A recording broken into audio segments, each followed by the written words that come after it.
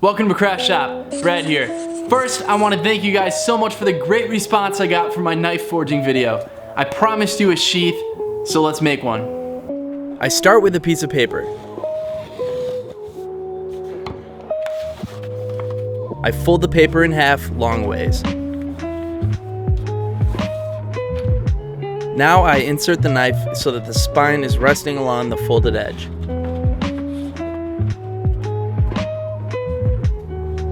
I trace the outline of the bevel.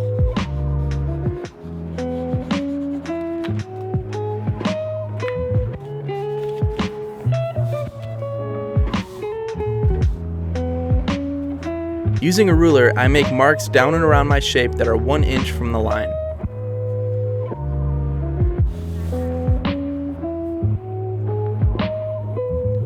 Now I'm just connecting the dots.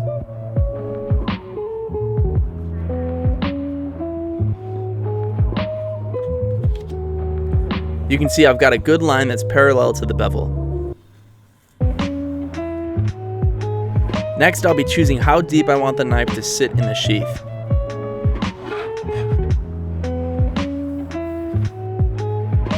I then freehand the top of the sheath.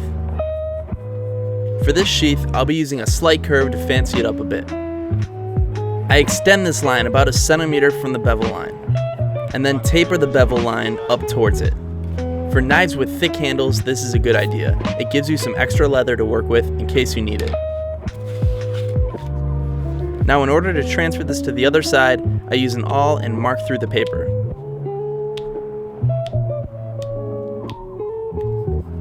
And then I just connect my marks.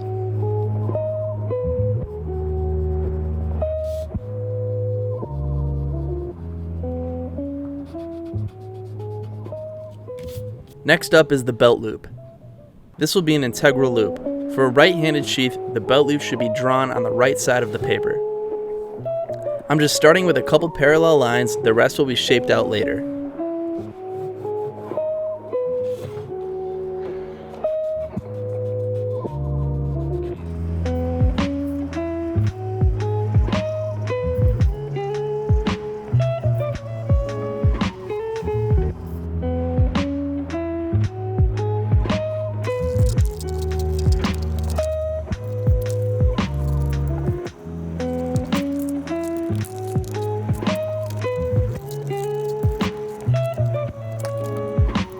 And there's the template. Now for a quick test fit.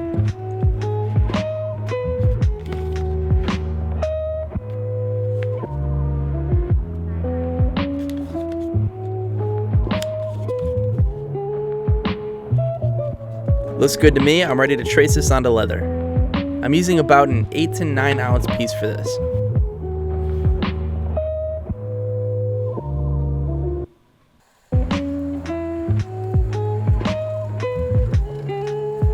Using a sharp razor, I start cutting out the shape.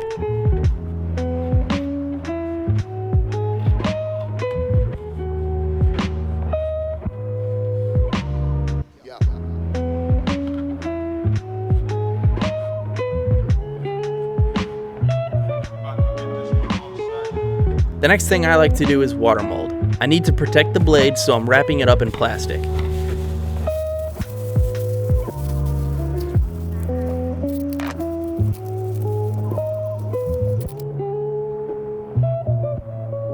I then submerge the leather into warm water.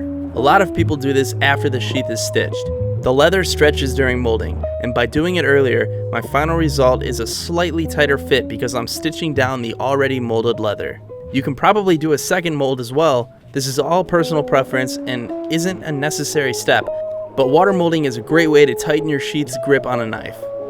So now I'm just kneading the leather around the base of the handle and down the spine, encouraging it to take its shape.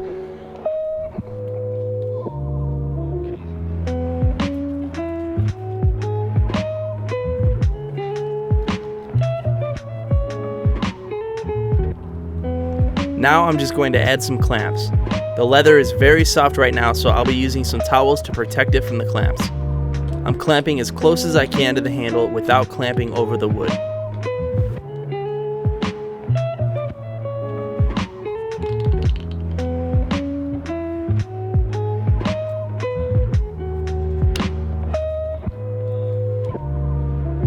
Now to let this dry. Depending on the environment, this can take a couple days. You can use a fan or a dryer of some sort, but it can distort the color of the leather and make it very hard. After a successful mold, I'm ready to cut out my welt. This is a strip of leather that gets sandwiched along the edge to protect the stitching from being cut by the blade.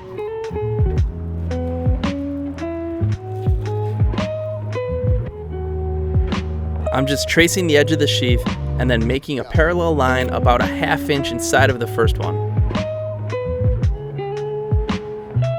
Now I'm just cutting it out.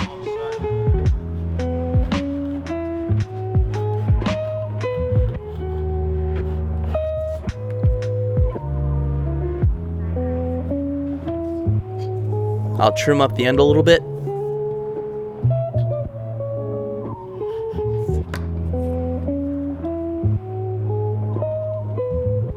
And now I've got a good fit. And I've left a small gap at the bottom to serve as a drain hole, so that the water never collects in the sheath should it ever be out in the rain.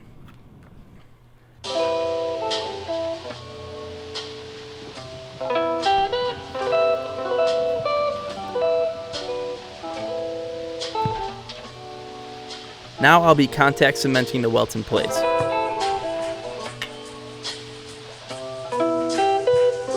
I'm being very careful not to get the cement on the outside of the sheath, otherwise it'll be very noticeable during finishing work.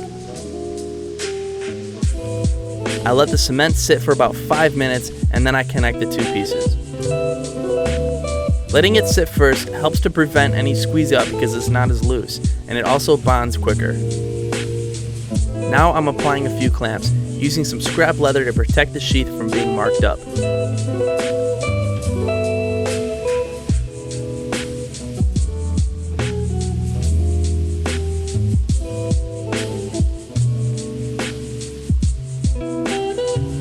After about an hour, I'm ready to move on. I'm trimming up the outside to make sure it's nice and smoothed up.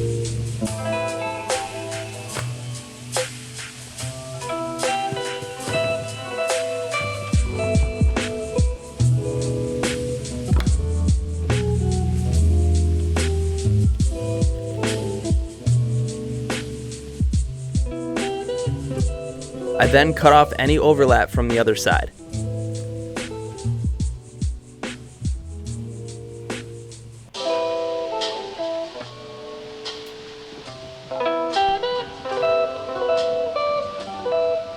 Now that the sides are flush, I'm ready to use my stitching groover. This creates a small trench so that the stitching is inlaid rather than sitting up on top.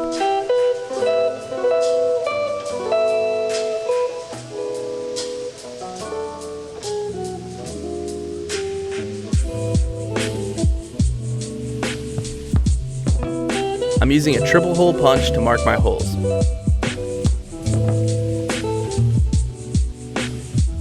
Once they're marked, I move to the drill press. I could have punched all the way through, but my punch holes are slightly large for the thread that I'm using today.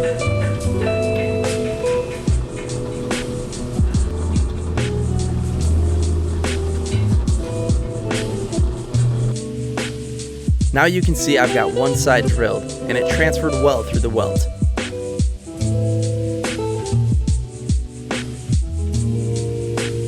Now I repeat the process on the other side.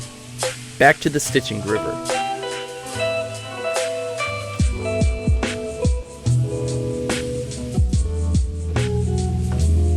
I get my holes marked,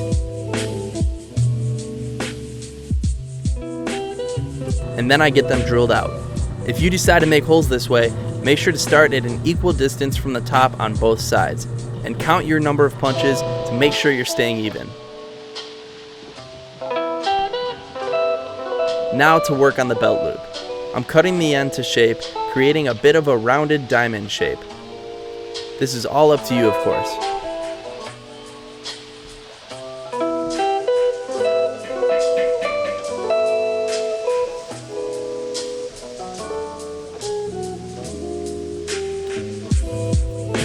I then move on to punching and drilling.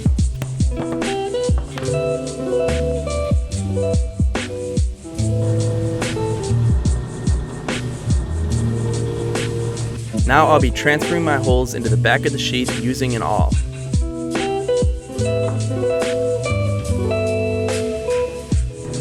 I then drill out the transfers.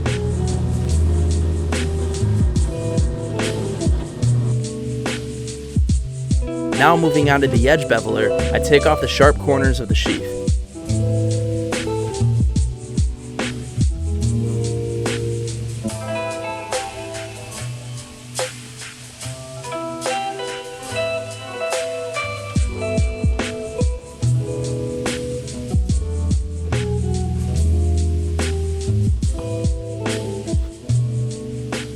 And don't forget to do the rough side of the belt loop because it will be folded over. And to clean up the rough side of the belt loop, I hit it with some sandpaper.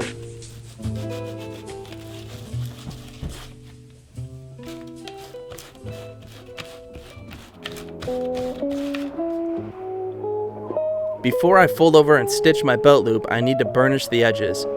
First, I get them wet. You can do this by hand fairly quickly, but I thought I'd try something new. I decided to put a dowel on my lathe. Now I'm just working the edge of the leather along the polished wood. This seemed to work all right, but I think I'll stick to doing these by hand.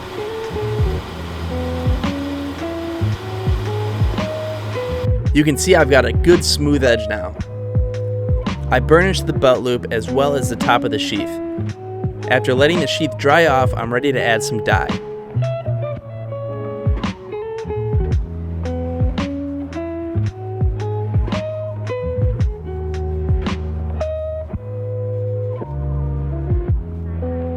I used a couple of coats to achieve the color I want.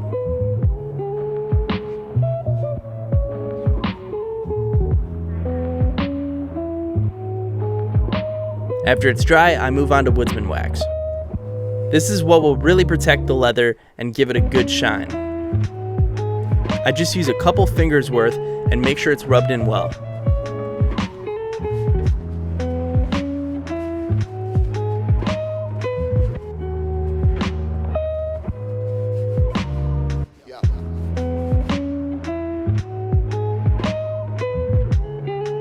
I then do the same thing to the inside. Doing this will make your sheath last much longer.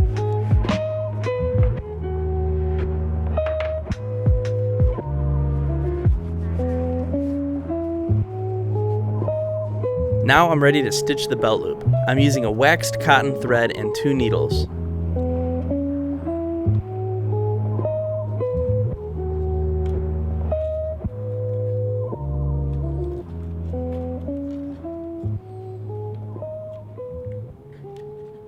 I get the first stitch started in the middle of the thread, and then I just send 1 needle in each direction until they meet where they started. A pretty non-traditional version of the saddle stitch, but you get the same results.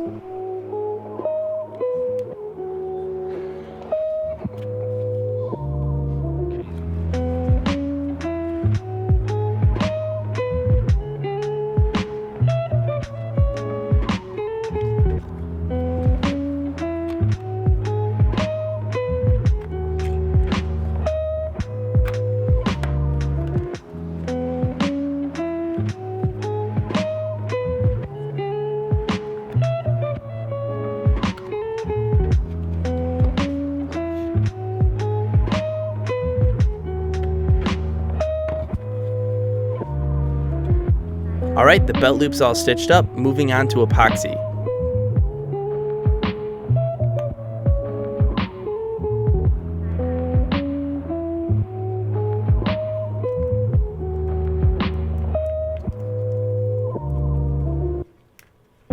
I lightly apply it over the inner stitching. I've seen people glue a thin piece of leather over the stitching, but I found by using only epoxy there's absolutely no lip that can be caught by the knife, because the epoxy settles very evenly if it is warmed up and loose before application.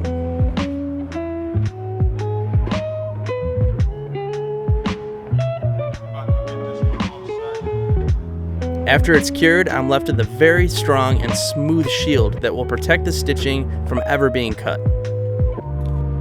And it's very difficult to notice from the outside.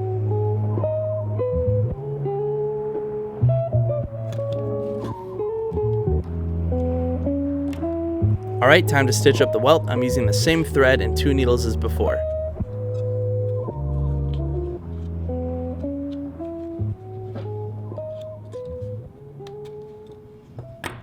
I push the first needle through and then I get the center of the thread lined up inside the first hole.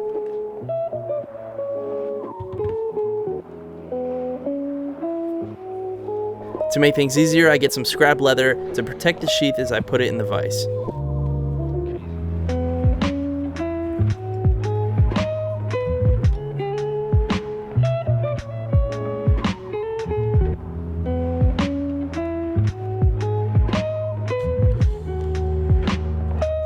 I then continue to saddle stitch the entire sheath. There are some great videos online going over the stitching technique. I'll leave some links in the description box below. I'm basically going back and forth with each needle at the same pace, never more than 1 stitch ahead of the other needle. After a pass, I have a couple loops ready to be cinched up.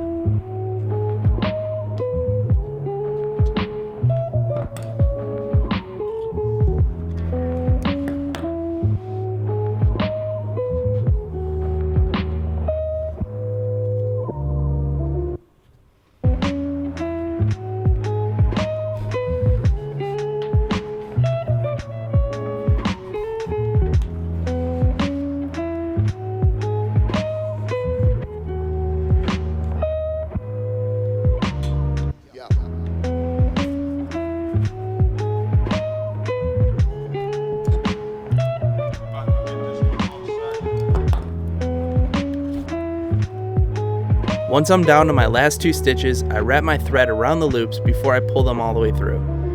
This creates a good friction knot.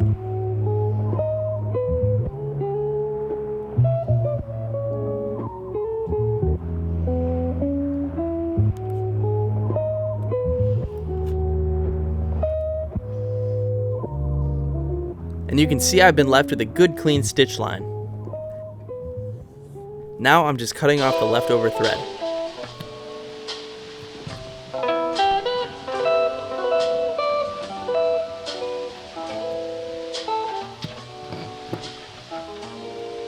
You can see that my welt stands proud of the front of the sheath.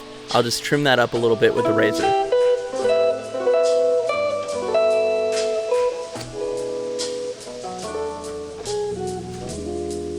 I then hit it with the edge beveler.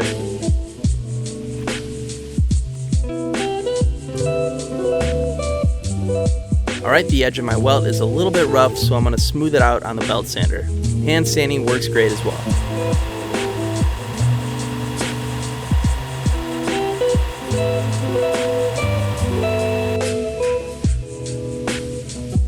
Alright, I've got a good clean edge and I'm ready for burnishing. This time, I'll do it by hand. I wet the edges first and use a smooth tool handle to burnish the leather.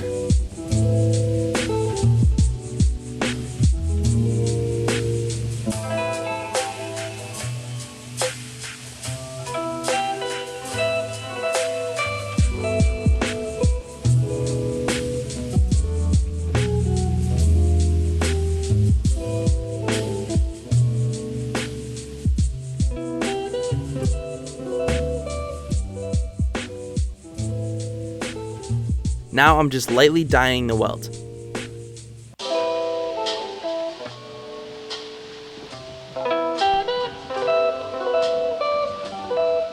Once it's dry, I'm ready for a final coat of Woodson Wax.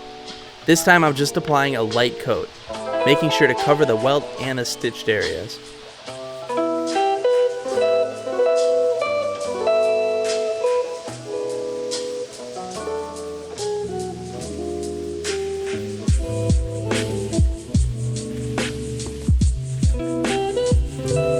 You can see that welt really shine now. It's hard to even notice that it's 3 pieces of leather.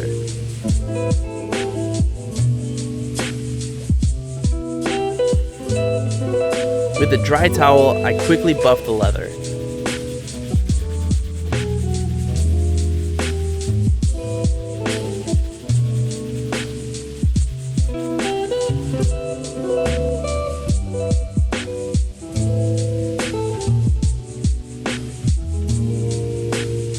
And now for the test fit. very tight fit.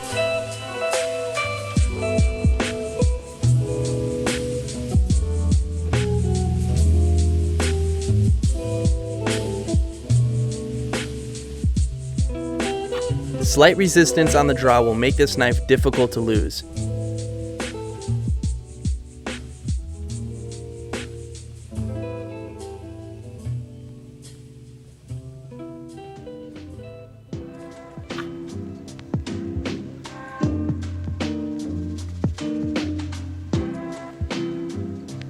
It's a good fit, and now the knife has a home.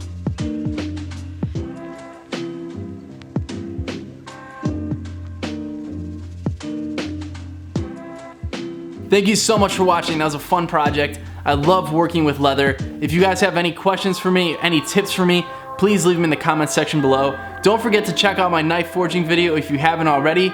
Learn how to make a knife before you make the sheath. Don't forget to like and subscribe, and I will see you guys in the next video.